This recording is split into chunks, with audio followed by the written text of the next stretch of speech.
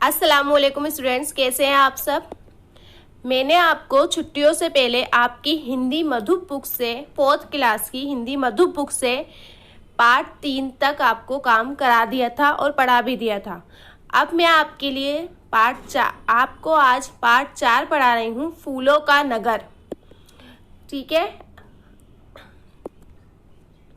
बच्चों, हमें अपने गुरुजनों से प्राप्त शिक्षा का सम्मान करना चाहिए। मतलब हमारे टीचर जो हमें सिखाते हैं उस बात को हमें मानना चाहिए। जब हम उनके द्वारा दी गई शिक्षा को भूल जाते हैं या उसका अनादर करते हैं तब हमारा जीवन असफल सा लगने लगता है। तो आइए गुरु की शिक्षा का महत्व बताने वाली एक कहानी पढ़ते हैं।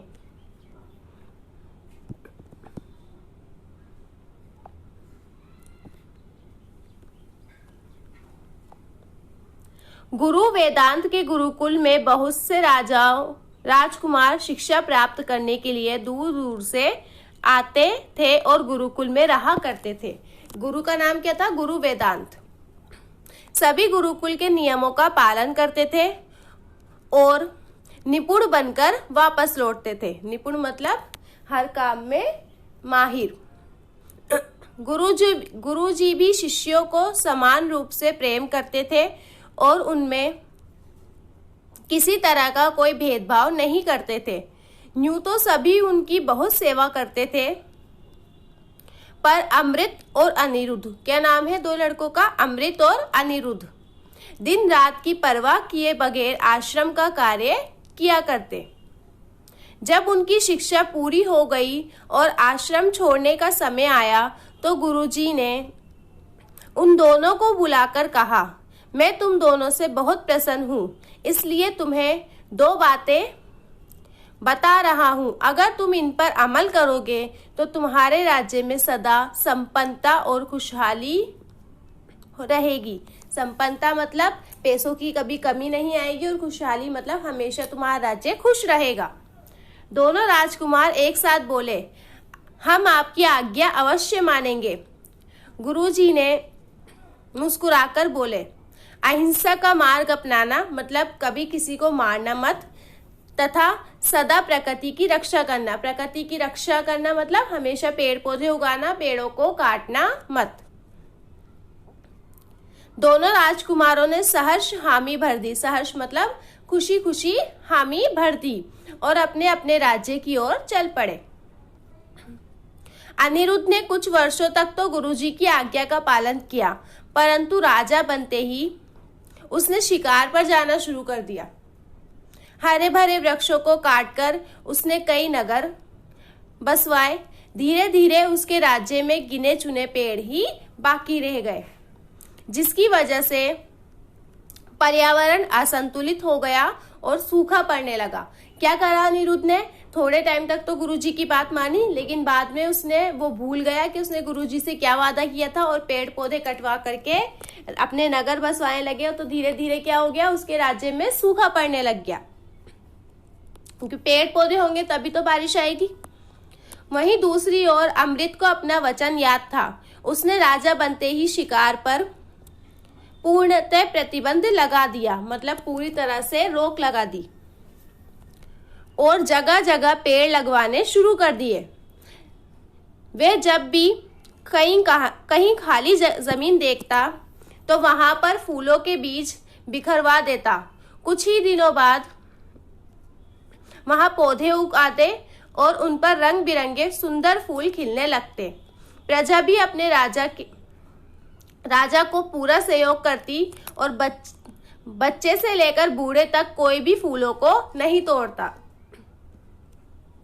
फूलों पर रंग बिरंगी तितलियां मंडराया करती और लोग ठगे से इस मनोरम दृश्य को देखने लगते। मतलब जब हर जगह फूल ही फूल उग जाएंगे, पेड़ पौधे होंगे, तो वो सब अच्छा लगने लगा लोगों को। एक दिन अमृत दरबार में बैठा हुआ अपनी प्रजा के बारे में बात कर रहा था। तभी एक दूत दौड़ता हुआ आया और बोला, महाराज, आज अनिरुद्ध ने हमारे राज्य पर आक्रमण करने की योजना बनाई है और वह अपनी इस विशाल सेना सहित युद्ध करने के लिए राज्य में प्रवेश करने वाला है। अनिरुद्ध ने क्या करा, एक योजना बनाई कि वो उसके राज्य में क्या करेगा, हमला करेगा।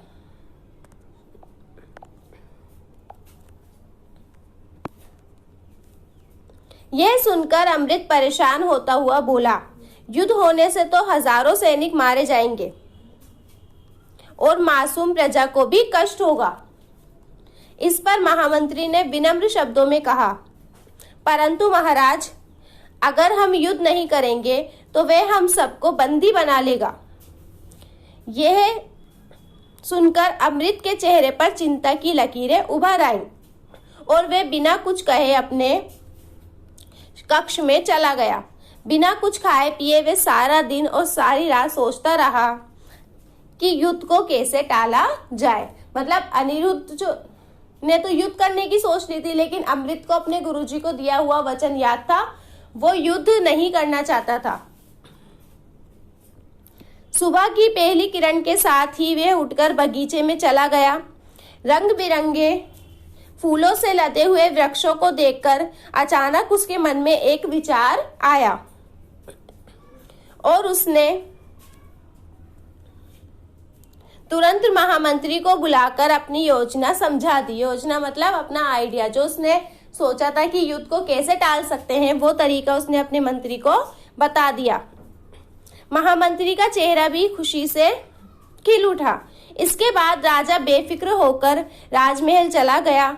शाम के समय राजा अनिरुद्ध ने राज्य की सीमा में अपने हजारों सैनिकों के साथ प्रवेश किया और नगर की खूबसूरती देखकर वे अचंभित रह गया।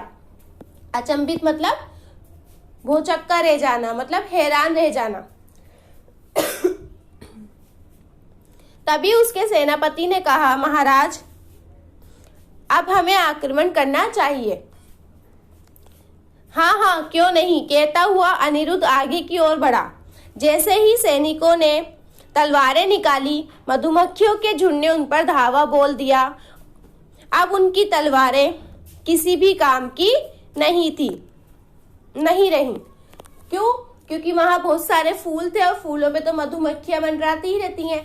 तो वहां पे मधुमक्खियों का एक छत्ता था। जैसे उन लोगों ने हमला किया, मधुमक्खियों ने क्या करा, उनके जो सेना थी उन पे हमला कर दिया। मधुमक्खियों ने पूरी सेना को काट खाया। वे जान बचाने के लिए वापस भागे, मतलब सब भाग गए। इसी बीच मधुमक्खियों ने अनिरुद्ध को भी काट लिया। उसका शरीर सूज गया। वे घोड़े से नीचे गिर पड़ा। उसका सिर किसी नुकीली वस्तु से टकराया और वह बेहोश हो गया। जब उसको होश आया तो वह अमृत के राजमहल में था और अमृत उसके माथे पर प्यार से हाथ फेर रहा था।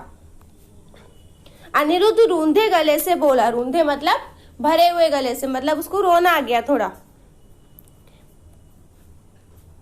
मैं तुम्हें जान से मारने आया था और तुम्ही ने मेरी जान बचाई है।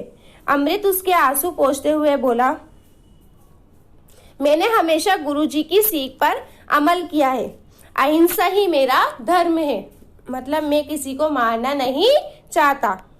अमृत ने अनिरुद्ध के चेहरे पर अचरज के भाव देखकर कहा, तुमने देखा कि मेरे राज्य में हर कदम पर फूलों से लदे हुए वृक्ष हैं और उनमें सैकड़ों मधुमक्खियों ने अपने छत्ते बनाए हुए हैं। जब तुम्हारी सेना आई तो मेरे सैनिकों की एक टुकड़ी ने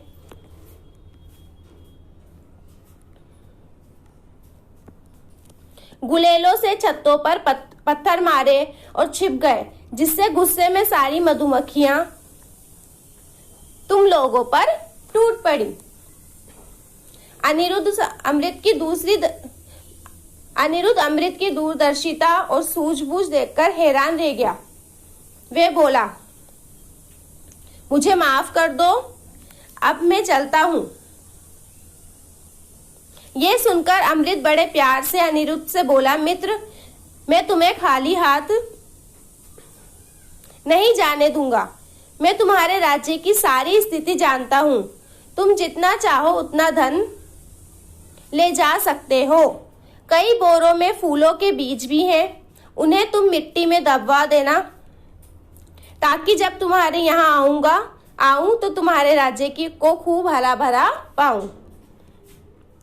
अनिरुद्ध अमृत का प्यार देखकर खुशी के मारे रो पड़ा और बोला, मैं भी अपने राज्य को तुम्हारे जैसा ही फूलों का नगर बनाऊंगा। ठीक है, अच्छा है ना ये लेसन। मतलब उसने किसी भी को भी बिना मारे, बिना किसी को नुकसान पहुंचाए ही युद्ध को टाल दिया। अब आपका काम है इस लेसन को पढ़ना, इसको सुनना। ठीक है, इसके प्रश्न उत्तर मैं आपको नेक्स्ट वीडियो में करा दूंगी। अल्लाह हाफिज।